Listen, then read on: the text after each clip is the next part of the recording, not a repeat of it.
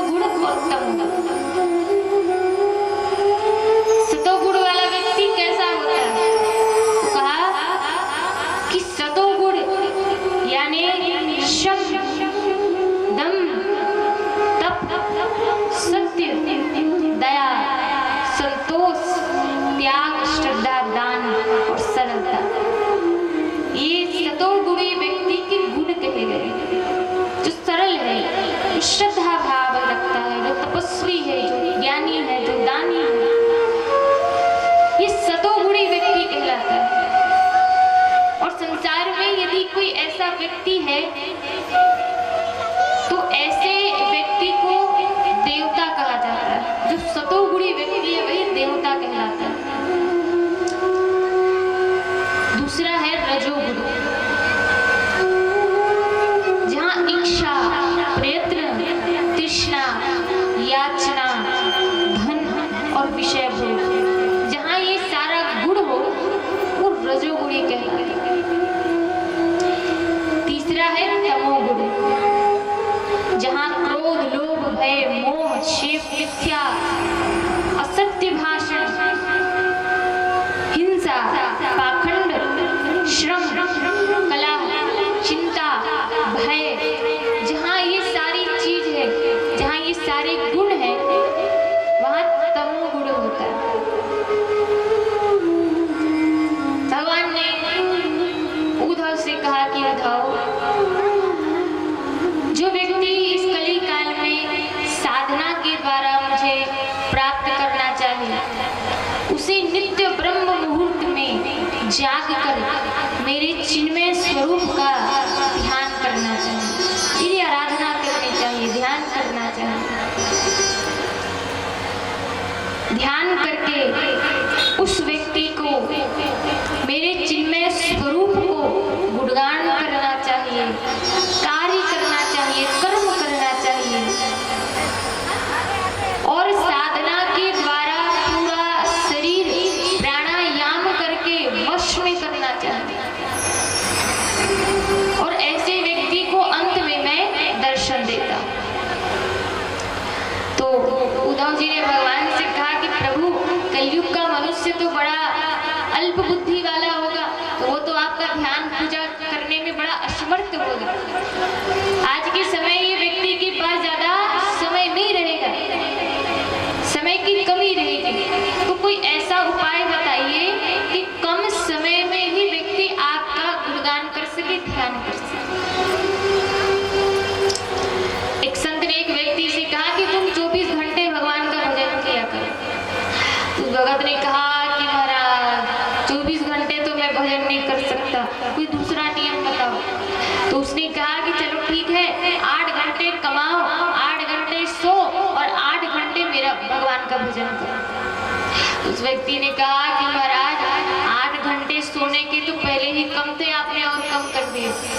8 घंटा तक चलो कमा भी लेंगे, लेकिन आपने जो 8 घंटा भजन का कहा है ना, ये हमसे नहीं हो सकता महाराज।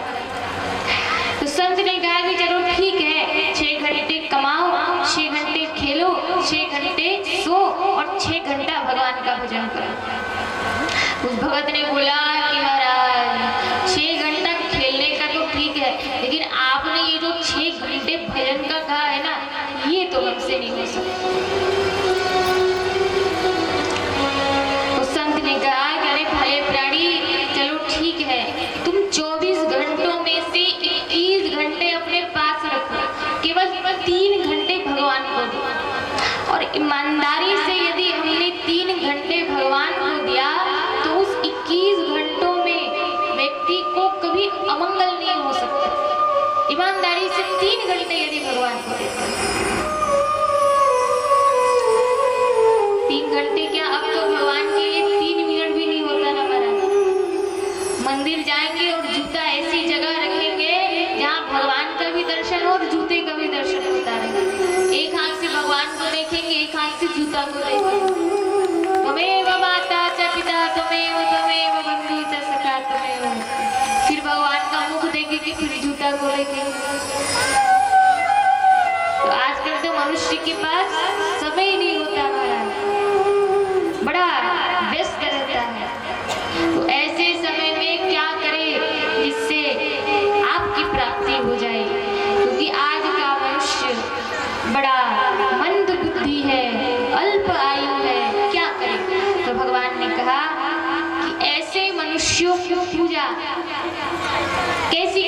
चाहिए, तो कहा कि मूर्ति में मुझे जान करके मेरी पूजा करना, वेदों में मेरा रूप जानकर मेरी पूजा करना, सूर्य में मुझे जानकर मेरी पूजा करना, जल में मुझे जानकर मेरी पूजा करना, और हृदय में मुझे जानकर मेरी पूजा करना, और ब्राह्मण संत महात्मा इन सब में मेरा ही रूप जानना। तभी संतों को, गुरुओं को, ब्राह्मणों को भगवान से कम नहीं समझना चाहिए। इनमें मेरा रूप जानकर मेरा दर्शन करना, मेरा नाम जप करना। और यदि ये सब भी ना हो पाए तो केवल एक बार श्रद्धा से, भाव से, भक्ति से एक बार मेरा नाम पुकार ले। और यदि भाव से किसी भक्त ने मेरा नाम पुकार लिया, मेरे नाम का भाव से व्यक्ति ने गान कर लिया, तो मैं एक क्षण में प्रसन्न होकर ऐसे व्यक्ति को फिर मुक्ति प्रदान कर दूंगा। भाव से, जो श्रद्धा से मेरा नाम लेता है। कहूँ कहाँ लगी नाम बढ़ाई, राम रस कही नाम गुण गाई। भगवान के नाम की महिमा तो भगवान खुद नहीं गा सकते। अद्भुत उद्धव जी को भगवान ने ज्ञान दिया। भगवान उद्धव जी को ज्ञान दे करके उद्धव जी बद्रिकाश्रम की यात्रा पर चले गए। यात्रा कर ली है उद्धव जी महाराज। अब इधर यदुकुल में जितने राजा है सब भगवान के पास आए। असमय ही अंधेरा छा गया, असमय ही बिजली कड़कने लगा, असमय ही तारे दिखाई देने लगे और बड़ी अजीबोगरीब आवाजें आने लगी। यदुकुल के राजाओं ने कहा कि प्रभु, द्वारिका पर कोई संकट आने वाला है, मुझे बड़ा अपशकुन दिखाई दे रहा है। अब द्वारिका पर कोई बहुत बड़ा संकट आने वाला, क्या करें? तो भगवान द्वारिकाधीश सबको लेकर के प्रभास क्षेत्र में गए। प्रभास क्षेत्र में जाकर सबने स्नान किया, ध्यान किया, भगवान का पूजा पाठ किया, सुंदर व्रत किया, अनुष्ठान किया। लेकिन संतों के श्राप के कारण सबकी बुद्धि भ्रमित हो गई और सबने मैरेयक नाम की मदिरा का पान कर दिया और सबकी बुद्धि भ्रष्ट हो गई। सब आपस में लड़ने झगड़ने लगे और सब आपस में लड़ झगड़ कर एक दूसरे को मारने लगे। सारे यदुवंशी लड़ने लगे और एक दूसरे को सबने मार दिया। और जब अस्त्र शस्त्र खत्म हो गए तब समुद्र के किनारे एरका नाम की एक घास उत्पन्न हुई और जब तलवारें खत्म हो गए, नष्ट हो गए, तो सबने उस श्राप के द्वारा उत्पन्न जो मूसल है उसी से सब एक दूसरे के गला को काटने लगे। सबने एक दूसरे को मार दिया और देखते ही देखते जितने यदुवंश के राजकुमार राजा हुए सब देखते ही देखते सब खत्म हो गए, सबका विनाश हो गया। बलराम जी ने समुद्र में ध्यान लगाया और समुद्र में ध्यान लगाकर बलराम जी ने भी अपने शरीर को त्याग दिया और सीधा विष्णु लोक क्षीर सागर में अपना रूप धारण कर लिया है। बोलिए बलराम जी महाराज की। सब जब चले गए तब जब भगवान को पता चला कि बलराम जी ने भी शरीर त्याग दिया तो भगवान समुद्र से सीधा प्रभास क्षेत्र में पीपल के पेड़ के पास आए और भगवान पीपल के पेड़ के नीचे बैठे हैं।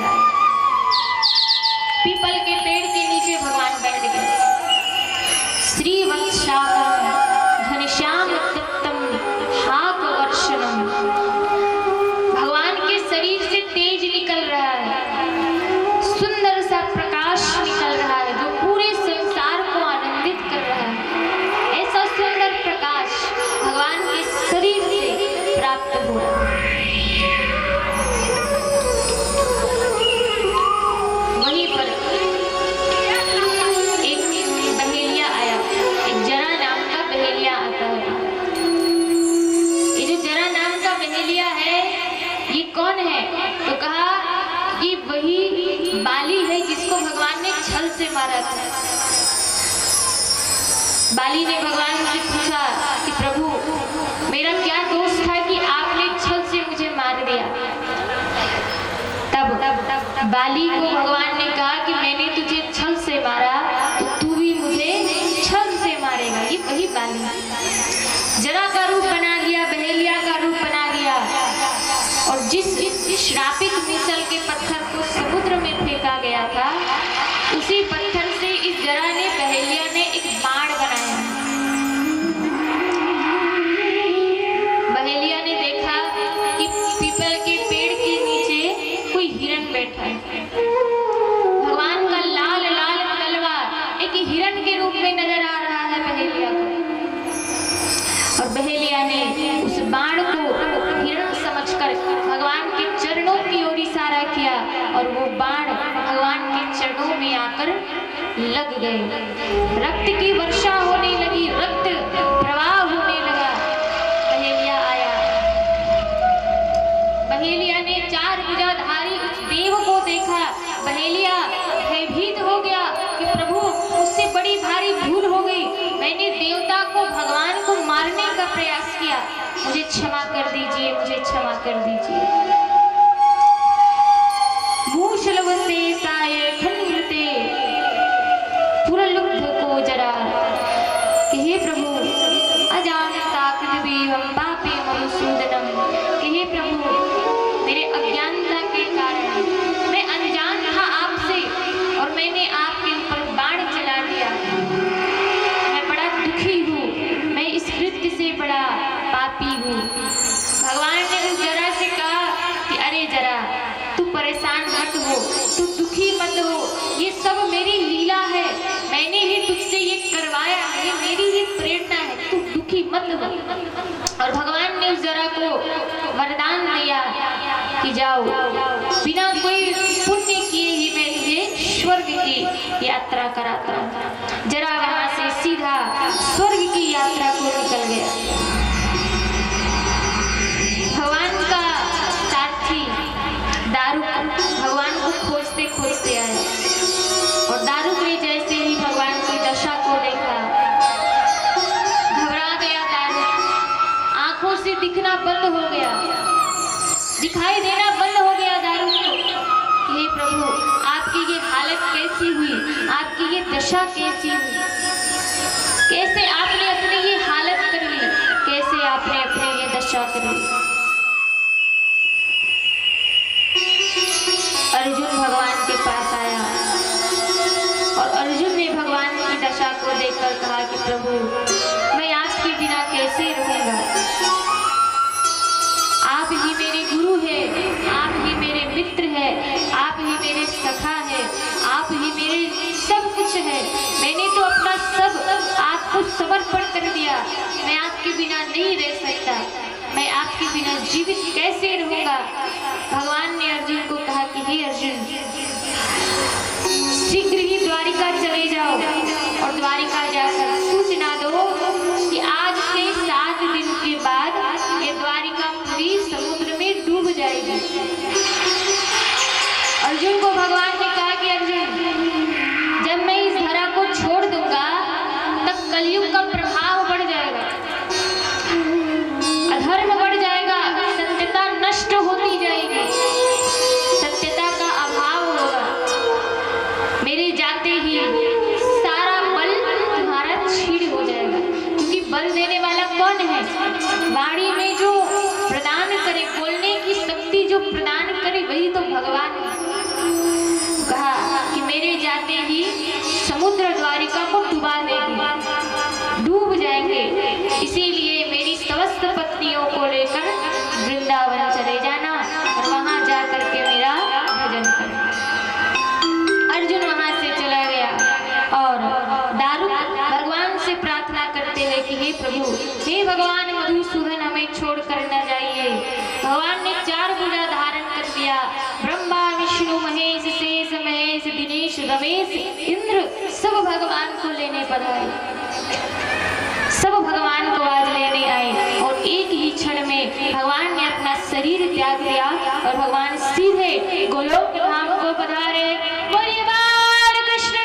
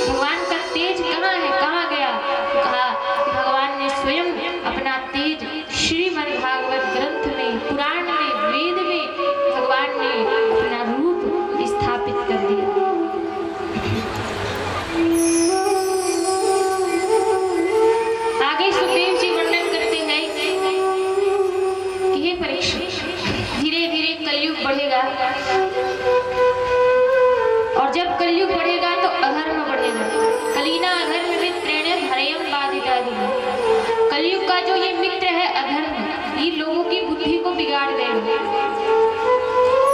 तपस्यानुदिनं धर्म सत्यम शौचम क्षमा दया कालेन बलिरा राजन। काल के बल के कारण सब दुर्बल होता जाएगा।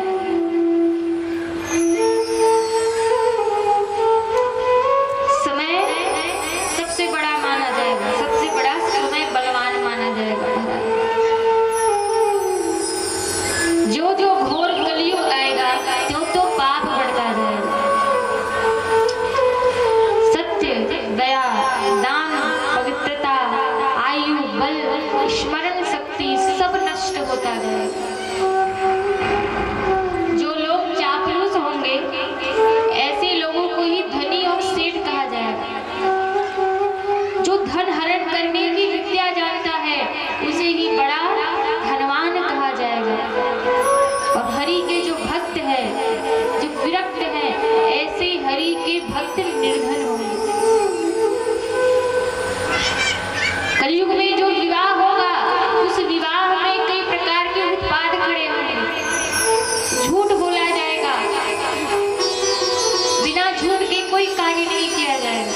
ये कलयुग का धर्म है। झूठ ही लेना, झूठ ही देना, झूठ ही भोजन, झूठ जगेना, ये कलयुग का धर्म है। यहाँ तो झूठ ही लिया जाता है, यहाँ तो झूठ का ही भोजन किया जाता है। तपस्या सब नष्ट होता जाएगा।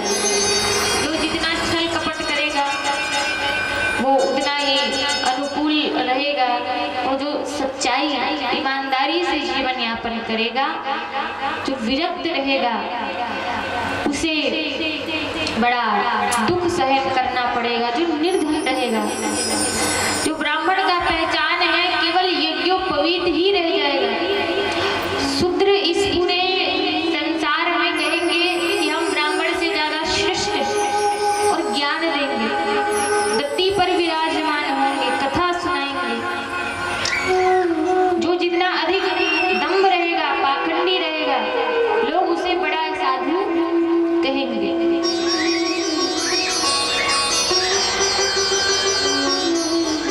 सिर के बाल मुड़वा कर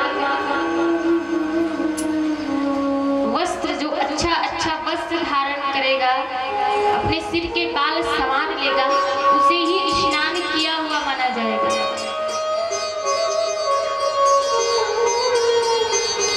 और सबसे बड़ा पुरुषार्थ होगा यहाँ पर पेट भरना।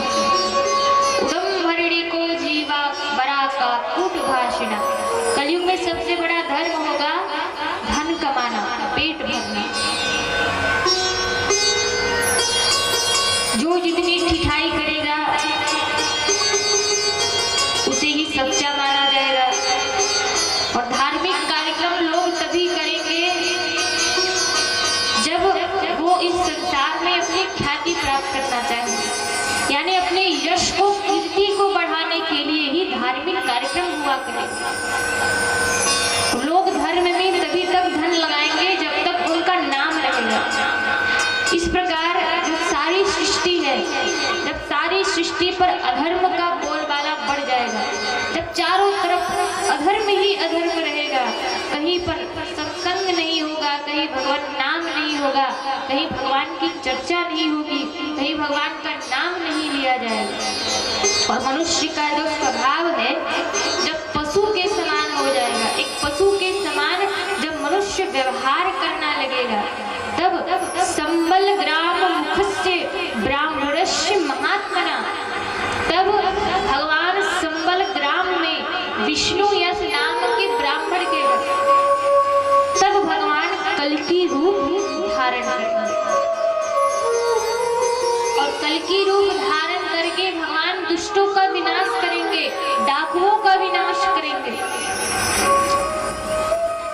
देवदत्त नाम का एक घोड़ा होगा जिसमें भगवान सवार होकर तलवार के द्वारा डाकुओं का विनाश करेंगे।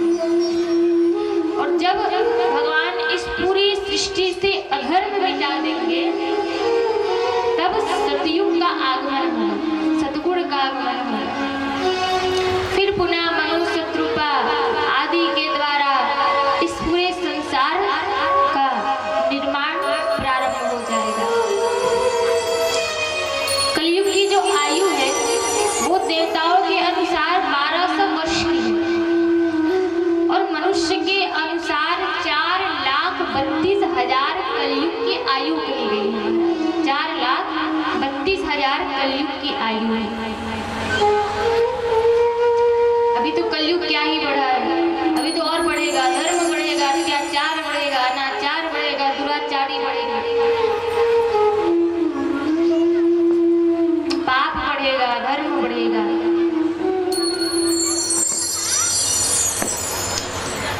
कलयुग में तो लोग अपने ही जो है अपनों के दुश्मन बने रहते हैं। हमारा परायों को कौन पूछे, यहाँ तो घर वाले ही मारने के लिए दौड़ते हैं। ये तो कलयुग है, यही इसी को तो कलयुग कहा गया है, जहाँ कई प्रकार के दुखों से मनुष्य पीड़ित रहता है। परिवार के, समाज के, धन के अभाव में सब दुखी रहता है।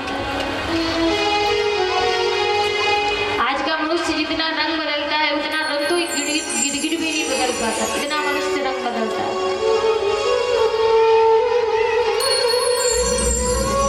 एक बार एक व्यक्ति जंगल गया, घूम रहा था जंगल में, एक शेर सामने आ गया। अब शेर को देखकर वो डर गया। उसने भगवान से कहा कि प्रभु इस शेर को भगा दीजिए, आपको 50 किलो लड्डू चढ़ाऊंगा। भगवान ने सोचा कि चलो 50 किलो लड्डू मिल रहे हैं, तो भगवान ने उस शेर की बुद्धि घुमाई और शेर वहां से भाग गया। अब वो आदमी उछलने लगा, कूदने लगा कि वाह वाह प्रभु, तूने बड़ी कृपा की, तूने बड़ा उपकार किया। अब उस भगत ने सोचा कि महाराज भगवान तुमको तो कितने प्रसाद चढ़ते हैं, कितने लड्डू चढ़ते हैं, वो हमारे इस 50 किलो लड्डू का क्या करेंगे। लड्डू कैंसिल, शेर के सामने आ गया। भगत बोला कि प्रभु मैं तो मजाक कर रहा था, अरे मैं तो पूछ रहा था कि बूंदी के लड्डू चढ़ाऊं कि बेसन के। आज का मानव बड़ा खतरनाक है महाराज, आज का मानव तो बड़ा लोभी है, दम्भी है, पाखंडी है। लेकिन ऐसे समय में भी भगवान के भक्त होंगे जो केवल भगवान की कथा को सुनकर भगवान का नाम जप करते ही अपना जीवन यापन करेंगे, हरि नाम संकीर्तन को ही अपना सहारा लेंगे। कलयुग में ये सारे धर्म है, अवगुण है, लेकिन कलयुग में एक महान गुण है। यहाँ जप का, यज्ञ का, तप का कोई आवश्यकता नहीं। यहाँ तो बड़े बड़े तप करने की भी जरूरत नहीं है महाराज। हरि साधते भक्त्या, यहाँ तो भक्ति करने से ही भगवान मिल जाते हैं। कलयुग केवल नाम आधारा, कलयुग केवल नाम आधारा, कलयुग केवल नाम आधारा, कलयुग केवल नाम आधारा। मेरी सुमेरी नर उतर भी पारा, सुमर सुमर उतर पारा, सुमरी सुमरी नर उतर भी पारा, सुमरी सुमर उतर पारा। कलयुग केवल नाम आधारा, कलयुग केवल नाम आधारा, कलयुग केवल नाम आधारा, कलयुग केवल नाम आधारा। मेरी सुमरी नर उतर ही पारा, सुमेरी सुमरी नर उतर ही पारा, सुमरी सुमरी नर उतर ही पारा। श्री राम जय राम जय जय राम,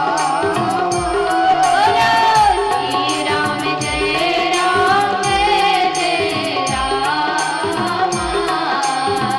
श्री राम जय राम जय जय राम। कलयुग केवल नाम आधारा, सुमिरी सुमिरी नर उतर ही पारा। यहाँ तो केवल भगवान का नाम लेने से ही भव सागर से पार हो जाते हैं। ऐसी दिव्य कलयुग का ये गुण है, अयम ही युग धर्म।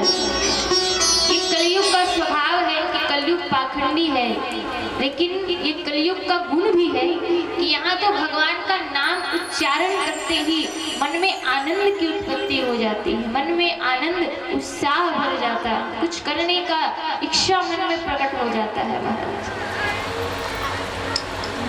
4 वेद शास्त्र में बात लिखी है दोए, सुख दिन है सुख होत है और दुख दिन है दुख होत। एकदम सत्य बात है कि यदि हम किसी व्यक्ति को सुख देंगे तो बदले में हमें भी सुख मिलेगा, और यदि हम किसी व्यक्ति को दुख देंगे तो बदले में हमें भी दुख ही प्राप्त होगा। क्योंकि जैसा बीज वैसा फल, हम जैसा वितरण करेंगे, जैसा लोगों को बांटेंगे, ऐसा ही हमें प्राप्त होगा। ये संसार का नियम है। न्यूटन का 3rd नियम क्या कहता है? तीसरा नियम क्या है? साइंस हमें भी ज्यादा नहीं आती। कहते हैं कि एक्शन का रिएक्शन, क्रिया की प्रतिक्रिया। कोई गेंद ऊपर उछालो तो क्या होगा? नीचे ही तो आएगी ना, कि ऊपर कोई लटक जाएगी, कोई हवा में थोड़ी लटकेगी, आएगी तो नीचे ही। कुछ भी चीज आप ऊपर उछालेंगे तो आएगी आपके हाथ में। तो जैसा बीज वैसा फल, हम जैसा दूसरों को देंगे वैसा ही हमें प्राप्त होगा। महाराज, यदि हम दूसरों को भोजन देंगे तो भोजन हमें भी प्राप्त होगा, यदि हम दूसरों को सुख देंगे तो हमें भी सुख प्राप्त होगा। जब भगवान इस धराधाम से जा रहे थे, भगवान राम, तो भगवान राम ने अपने भक्तों से कहा कि अब गृह जाहु सखा सकल भजे मोहि दृढ़ ने, कि अब तुम सब अपने अपने घर चले जाना और घर जाकर के मेरा भजन करना। भजन यानी सेवा करना, सर्विस करना। सेवा करने का भगवान ने नियम बताया।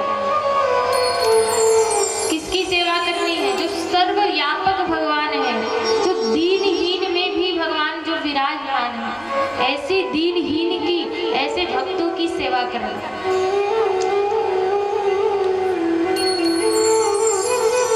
वही भगवान का अनन्य भक्त है। सो अनन्य भक्त वही भगवान का प्रेमी है, वही भगवान का भक्त है। सो अनन्य जाके हसी मति न टरी हुई मन, मैं सेवक सचराचर रूप स्वामी भगवान, कि इस पूरे संसार में मुझे जान करके मेरा पूजा करना है, सर्विस करना है, सेवा करनी है। प्रगति 4 पद धर्म के, कली मही एक प्रदान, येन केन विधि देहे दान करे कल्याण। 4 पांव है धर्म के, सत्य, दान, दया और पवित्रता। मनुष्य को अपने धर्म को कभी त्यागना नहीं चाहिए। एक राजा ने बड़ा तप किया, बहुत बड़ा राजा है और पुण्य कर्म करता है, दान पुण्य करता है, बड़ा दानी राजा है, सबको दान देता है। तभी एक साधु उस राजा के द्वार पर आया और उस साधु ने राजा से मांगा कि राजा, मुझे तेरा वैभव चाहिए, मुझे तेरी कुर्सी चाहिए, मुझे तेरा सिंहासन चाहिए। राजा का नियम था कि द्वार पर जो भी आए, जो भी मांगे, राजा को देना पड़ेगा। साधु ने राजा से मांगा और राजा ने उस साधु को जो है अपना सब दान कर दिया, कुर्सी दे दिया और खुद साधु बन गया। अपना नगर छोड़ दिया, दूसरे नगर में आए। एक स्त्री से भेंट हुई। उस स्त्री ने कहा कि मैंने अपना राजकार्य सब त्याग दिया है, मुझे अपने संग में रख लो। राजा ने उस स्त्री को अपने संग में रख लिया। अब जहाँ जहाँ राजा जाता, वहाँ वहाँ वो स्त्री जाती। उस स्त्री के पास धन था, पैसा था, रुपया था, तो राजा को किसी बात की कमी नहीं हुई। राजा को भोजन चाहा भोजन मिला, घर चाहा घर मिला। राजा दूसरे नगर में गए तो दूसरे राजा से भेंट हुआ, संपत्ति मिली। और एक दिन उस स्त्री ने कहा कि 4 वर्ष हो गए, अब उस साधु का राज कार्य खत्म हो गया होगा, अब उस साधु का राज कार्य खत्म हो गया, अब आप जाइए और अपना राज कार्य संभालिए। उस स्त्री से कहा कि देवी, मुझे तो अपना सब मिल गया, क्या तुम मेरे साथ नहीं चलोगी? उस स्त्री ने कहा कि मैं सदा तुम्हारे साथ चलूंगी। क्यों? क्योंकि मैंने तो तुम्हें कभी छोड़ा ही नहीं। तुम कौन हो? तो कहा कि मैं तुम्हारा धर्म हूं। जब तुमने मेरा साथ नहीं छोड़ा, जब तुमने अपने धर्म को नहीं छोड़ा, तो फिर मैं तुम्हें कैसे छोड़ दूं? वो धर्म ही है जिसने स्त्री का रूप बनाया और उस राजा की सहायता की। इसीलिए धर्म सर्वोपरि, सबसे बड़ा धन है मनुष्य का धर्म। और ऐसे धर्म को यदि हमें बनाए रखना है तो हमें अपने जीवन में सत्यता का, पवित्रता का, दया का और दान का, इन 4 चीजों को अपने जीवन में अपनाना है। सत्य का आचरण करना है, सब जीवों पर दया करनी चाहिए, सबको अपना कुटुंब मानना चाहिए, सबको अपना परिवार मानना चाहिए।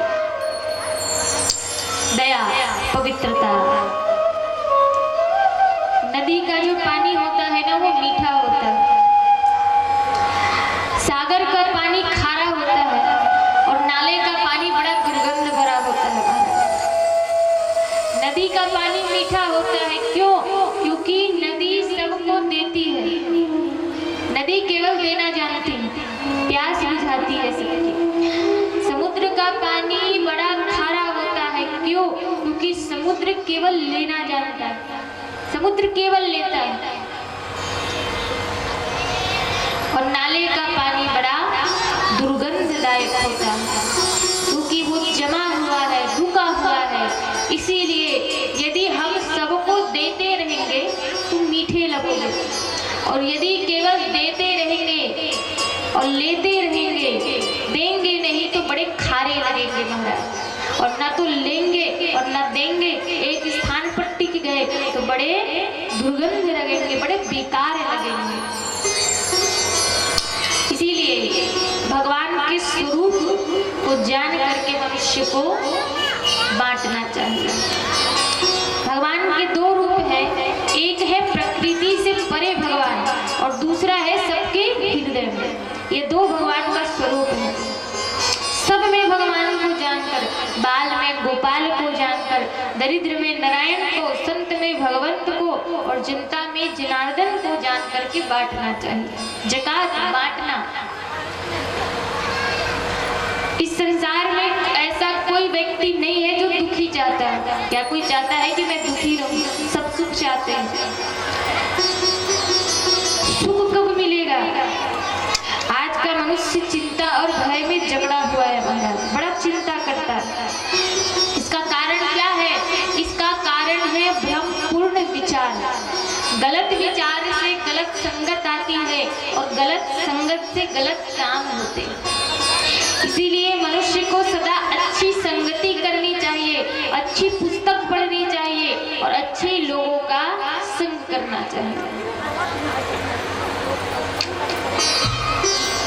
बड़ा सुंदर एक वर्णन आया कि माटी चुन चुन महल बनाया, लोग कहे घर मेरा। लोग कहते हैं ना कि ये घर मेरा है, ये मकान मेरा है, ये परिवार मेरा है। माटी चुन चुन महल बनाया, लोग कहे घर मेरा, ना घर तेरा ना घर मेरा, चिड़िया रहने बसेरा। एक दिन क्या होगा? खंडहर बन जाएगी और चिड़ियों का बसेरा हो जाएगा।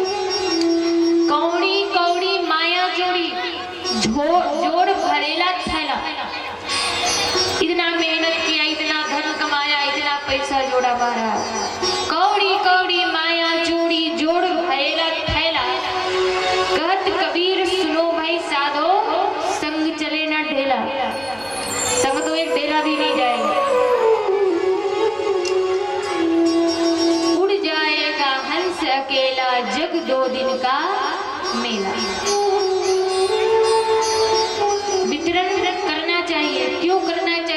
से करना चाहिए महाराज। इस प्रकृति से हमें क्या मिला है?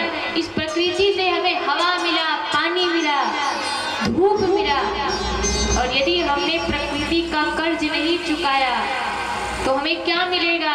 हमें रोग मिलेगा, चिंता मिलेगा, तनाव मिलेगा और घाटा पड़ जाना, ये सारी हानि प्राप्त होती है। हवा प्रकाश हमें मिलता है, मेघों से मिलता है पानी, और यदि बदले में कुछ नहीं देते तो ये तो है बेईमानी, और यदि नहीं देंगे तो ही दुख भोगेंगे। इसीलिए दुख भोग रहे हैं, दुख को दूर भगाना सीखें। हम अपने पत्नी को अपना मानते हैं, बच्चे को अपना मानते हैं, उनसे प्रेम करते हैं, और जिससे प्रेम किया जाता है उसे समय दिया जाता है, धन दिया जाता है। बेटी के विवाह में लाखों रुपया खर्च करते हैं, बेटे की पढ़ाई के लिए भी लाखों रुपए खर्च करते हैं, पर हम भगवान को क्या देते हैं? हम ऊपर से कहते हैं कि त्वमेव माता च पिता त्वमेव बंधु च सखा त्वमेव। हम ऊपर से कहते हैं कि प्रभु आप ही मेरे माता पिता है, आप ही मेरे सब है। तो जब हम भगवान को अपना मानते हैं तो उस परमेश्वर को भगवान ने हमने आज तक क्या दिया? आज तक हमने भगवान को, प्रकृति को क्या अर्पण किया? परिहित सरिस धर्म नहीं भाई। दूसरों को सुख देने से बड़ा और कोई धर्म नहीं हो सकता, और दूसरों को दुख देने के अलावा और कोई अधर्म नहीं हो सकता। परिहित सरिस धर्म नहीं भाई। यदि हम दूसरों के कष्ट मिटाएंगे तो भगवान भी अवश्य ही हमारे कष्टों को मिटा देंगे महाराज। हमें भगवान की सेवा करनी है, हमें भगवान के लिए अंश निकालना है हमारा। और यदि आप किसी को बांटते हैं, यदि आप किसी को देते हैं, तो ये भाव रखकर मत देना कि मैं दान कर रहा हूँ। अरे आप चतुर्भुजी नारायण को आप कुछ दे सकते हैं क्या? वो तो नारायण है, 4 भुजा धारण किए हुए। तो ये कभी नहीं कहना चाहिए कि मैं दान कर रहा हूँ, क्योंकि हम भगवान की सेवा तो कर सकते हैं, लेकिन हम चतुर्भुजी नारायण की मदद नहीं कर सकते। इसीलिए हमें सेवा भाव रख कर ही देना चाहिए। सब में भगवान को जानकर उनकी सेवा करनी चाहिए। यही तप है, यही कर्म है और यही सेवा है। हम अपने 10 इंद्रियों से सुख चाहते हैं, हम अपने 10 इंद्रियों से सुख भोगना चाहते हैं, तो हमें क्या करना पड़ेगा? हमें अपने आय का 10वां भाग सत्कर्म में लगाना होगा। हमें जगात करना होगा, वितरण करना होगा, बांटना होगा। भाव की पवित्रता हमें भाव से देना होगा, खिन्न भाव से मत देना, भाव से अर्पण करना। 24 घंटों में 1 घंटा भगवान की सेवा कार्य के लिए निकाला जाए। ये भी एक प्रकार का बांटना है, ये भी एक प्रकार की सेवा है। जो आप भोजन कर रहे हैं, उस भोजन में 4 प्रकार का तत्व रहता है। उस भोजन का चतुर्थांश 1 हिस्सा भगवान को देना चाहिए। भोजन में चतुर्थांश और आय में दशांश। ये नियम को जिसने धारण कर लिया वो व्यक्ति भय, रोग, दुख, चिंता से मुक्त रहता है। यदि किसी की बेटी का शादी नहीं हो रहा हो तो आप उसमें अपना सहयोग कर सकते हैं। किसी बालक की पढ़ाई के लिए आप अपना सहयोग कर सकते हैं। रास्ते में जा रहे हैं, कचरा पड़े हैं, कील पड़ा है, कांटे पड़े हैं, तो उस कांटे को देख करके साइड रख दे, किनारे पर रख दे। ये भी एक प्रकार की सेवा है, क्योंकि धन से चिंता या सुख क्या प्राप्त होता है? तो कहा कि धन जो है वो सामान खरीदने का माध्यम मात्र है, लेकिन सुखदाता नहीं है। कहा भी गया कि money is purchasing giving, not happiness giving. कि धन का जो कार्य है वो सामान खरीदना है, सामान का कार्य उपयोग करना है, लेकिन वो सुखदाता नहीं है। इसीलिए मन को, चिंता को हटाने के मन की चिंता को दूर करने के लिए कहा। और हमारे सयाने भी कहते हैं कि दोनों हाथ उछालिए यही सयानों का। जो अपने दोनों हाथ उछालता है वही वास्तविकता में सुखी रहता है। सुख मिलता है सुख देने से, वितरण करने से। सो धन धन प्रथम गति जाती। इस पूरे संसार में भगवान को व्याप्त मान करके मनुष्य को देना चाहिए। तुम्ही निवेदित भोजन करी प्रभु प्रसाद पर भूषण धरी। भगवान को निवेदित करके ही खाना चाहिए महाराज। चाहे वो धन हो, चाहे वो भोजन हो, चाहे वो वस्त्र हो, चाहे वो अन्न हो, कोई भी चीज हो, पहले भगवान को देना चाहिए और फिर उसको खाना चाहिए। क्योंकि केवलम अति अहम अति। जो व्यक्ति आवश्यकता से अधिक खाता है वो दूसरों का हिस्सा भी खा जाता है। इसीलिए आवश्यकता से अधिक चीजें जहर के समान है। आवश्यकता से अधिक मीठा बोलने वाला जहरीला होता है भीतर से। आवश्यकता से अधिक मीठा खाने वाले को रोग हो जाता है। आवश्यकता से अधिक भोजन करने से पेट बढ़ जाता है। केवलम अति अघम अति। जो अकेले खाता है और जो आवश्यकता से अधिक खाता है वह पाप का भोजन करता है। गीता के अनुसार भगवान कहते हैं कि जो देवताओं का अंश निकाले बिना खाता है वह व्यक्ति चोर कहलाता है। इष्टा भोज त्राण ही वो देवा दास्यन्ते मल भाविता। इसीलिए हमारे समस्त इंद्रियों में भगवान का वास है। आंख में सूर्य का, वाणी में अग्नि का। सबसे बड़ा दान है अन्नदान, विद्यादान, अभयदान और धनदान। ये चार मुख्य दान कहे गए हैं। जब कोई व्यक्ति मरता है ना, तो जब कोई व्यक्ति मर जाता है तो उस व्यक्ति के ऊपर क्या फेंकते हैं? फूल फेंका जाता है। फूल क्यों फेंकते हैं? फूल इसलिए फेंका जाता है कि घर को बड़ा श्रद्धांजलि देने के लिए सब लोग फूल चढ़ाते हैं। मखाना फेंका जाता है। मखाना कहीं को फेंकते हैं महाराज? तो कहा कि घर को बढ़िया फूला फूला छोड़ करके गए है ना, इसीलिए मखाना फेंका जाता है। एक व्यक्ति ने कहा कि चलो भैया ये सब तो ठीक है, पैसा काहे को फेंका जाता है? पैसा काहे को फेंकते हैं? इसका कोई प्रमाण है क्या पैसा फेंकने का? तो काहे को पैसा फेंकते हैं? तो कहा कि जिस पैसे को कमाने के लिए, जिस धन को कमाने के लिए दिन रात भागता रहा, दुकान में बैठा रहा, सुबह से शाम हो गई, भोजन की चिंता नहीं है, हाय हाय पैसा पैसा पैसा करते रहे। खाने का भी होश नहीं है हमारा, खाने का भी समय नहीं है। दिन भर पैसा पैसा धन धन करते रहे। अब मरने के बाद उसका बेटा उसकी छाती पर धन फेंकता है, पैसा फेंकता है और कहता है कि तेरे बाप में दम है तो पैसा उठा करके बता। दम है तो उठा करके बता। अब कहाँ जब तो सोया है हमारा, अब तो कुछ नहीं कर सकता। इसीलिए कर लिया सो काम है, ले लिया सो नाम है और दे दिया सो दान। भगवान की कथा ना रसगुल्ले के समान है। अब जिसने कभी रसगुल्ला खाया ही नहीं वो क्या जानेगा कि रसगुल्ला मीठा होती है कि कड़वा होती है? रसगुल्ला जो खाएगा वही तो जानेगा कि रसगुल्ला मीठी होती है कि कड़वी होती है महाराज।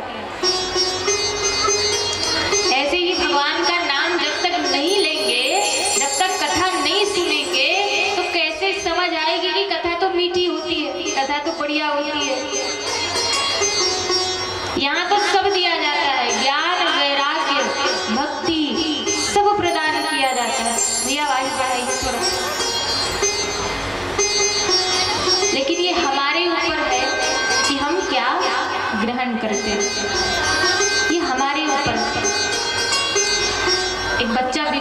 ध्यान से सुनना। एक बच्चा बीमार हुआ तो उसके पिताजी उसको डॉक्टर के पास लेकर के गए, चिकित्सालय लेकर के गए। डॉक्टर ने दवाई दिया, गोली दिया और कहा कि अपने बेटे को खिला देना, वो ठीक हो जाएगा। अब उसका जो बेटा है ना, वो दवाई खाने से बड़ा आनाकानी करता, उसको दवाई अच्छी नहीं लगती। अब दवाई देता तो फेंक देता।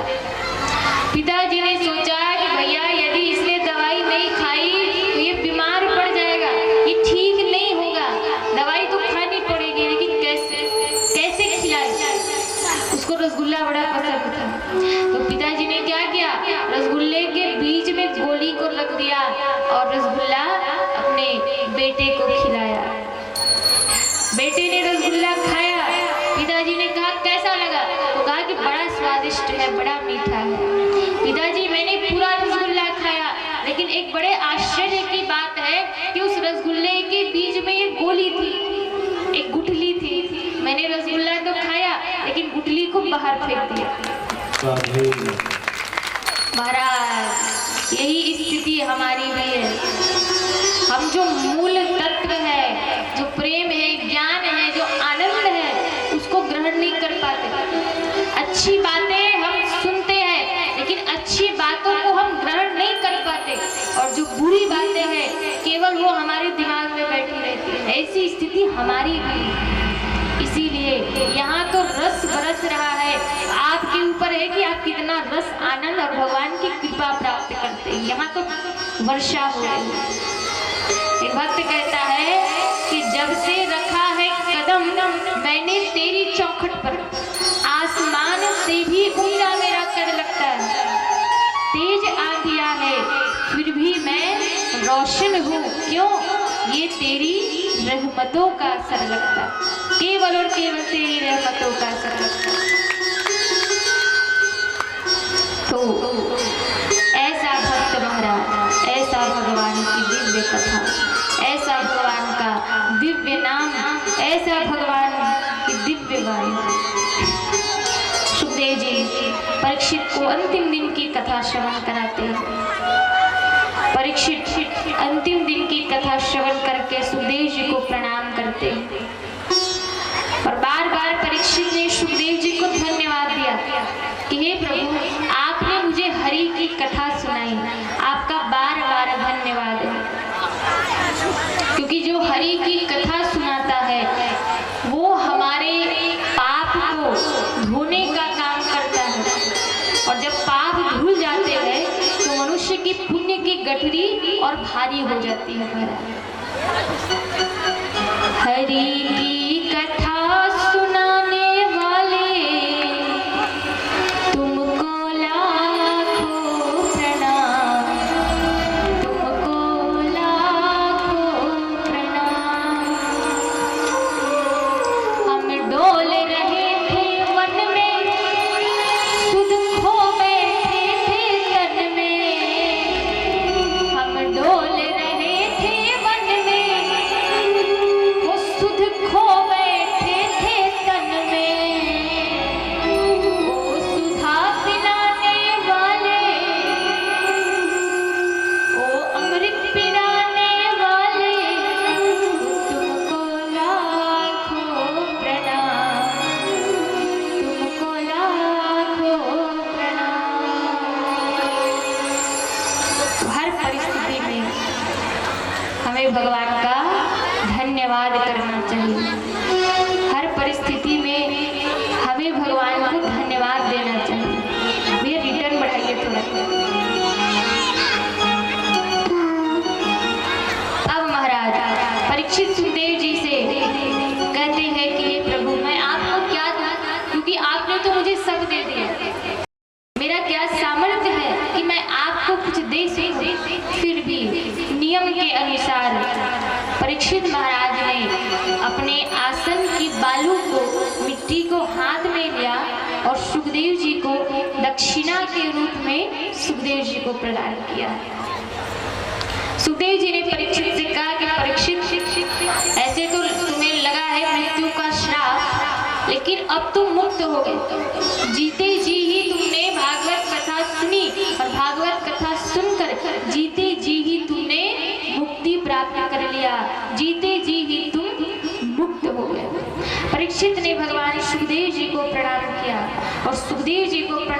करके परीक्षित अपने महल को आए। इधर परीक्षित का पुत्र जन्मेजय ये नहीं चाहता कि मेरे पिता को कोई मारे, इसीलिए जन्मेजय ने एक कश्यप नाम के ब्राह्मण को बुलाया जो विष की औषधि जानता है, जो बड़े से बड़े विष को काट दे। ऐसे ब्राह्मण को बुलाया, लेकिन तक्षक ने कश्यप ऋषि को बहुत सारा धन दे दिया और वहां से भगा दिया और स्वयं उस ऋषि का वेश बना लिया। उस नाग ने, तक्षक ने ऋषि का वेश बना लिया और तक्षक कश्यप ऋषि का वेश बनाकर, उस ब्राह्मण का वेश बनाकर महल में पधारा। और जैसे ही परीक्षित जी के कक्ष में पधारे, देखा परीक्षित का शरीर तो है, लेकिन परीक्षित की आत्मा पहले ही भगवान में विलीन हो चुकी है। परीक्षित पहले ही परमात्मा में लीन हो गए हैं, लेकिन नियम के अनुसार तक्षक ने अपना विशाल रूप धारण किया और एक ही फुंकार से परीक्षित का शरीर जलकर भस्म हो गया। बोलिए परीक्षित जी महाराज की जय, बोलिए सुखदेव जी महाराज की जय, बोलिए नारायण भगवान की जय। परीक्षित की मृत्यु हुई और जन्मेजय को क्रोध आ गया और जन्मेजय ने सर्पों के कुंड में हवन करना चालू कर दिया, सब सर्पों को मारना चालू कर दिया। लेकिन इंद्र के गुरु बृहस्पति जी ने जन्मेजय को समझाया और कहा कि बेटा, मनुष्य इस संसार में जो भी प्राप्त करता है वो केवल अपने कर्मों से प्राप्त करता है, और तुम्हारे पिता ने तो अपने कर्म से गोलोक धाम की प्राप्ति की, तुम ऐसा पाप मत करो। जन्मेजय मान गया और यज्ञ करना बंद कर दिया।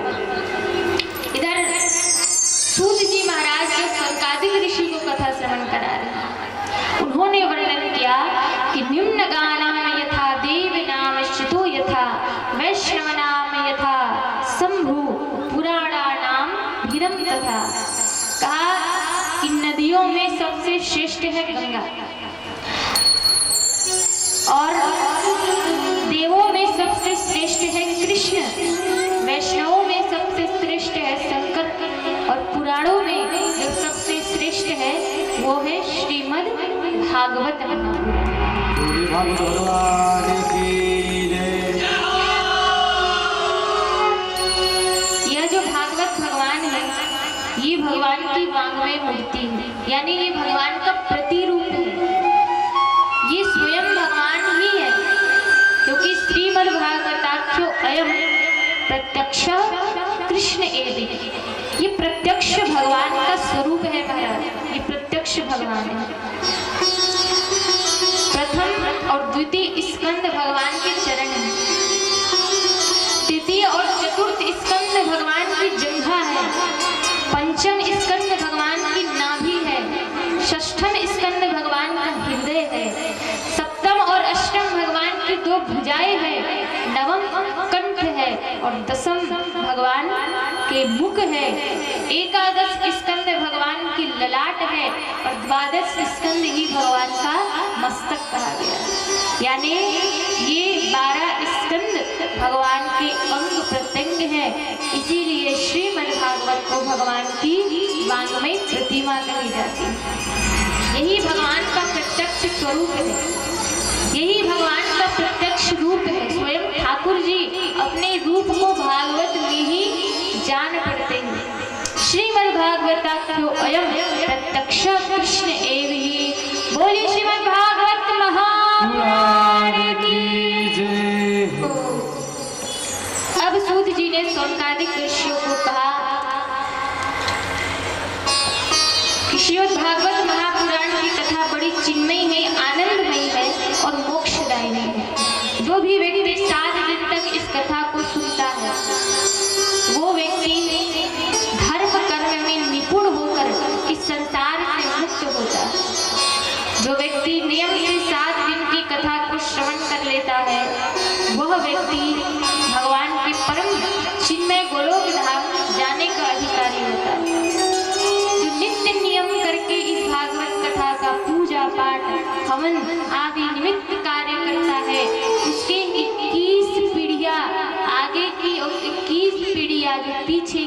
वो तर जाती है, मुक्त हो जाती है।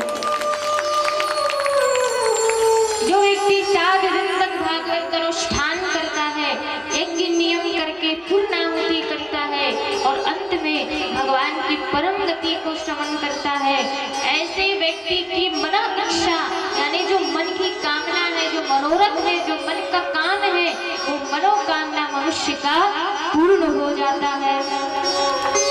ऐसी भागवत की दिव्य महिमा है।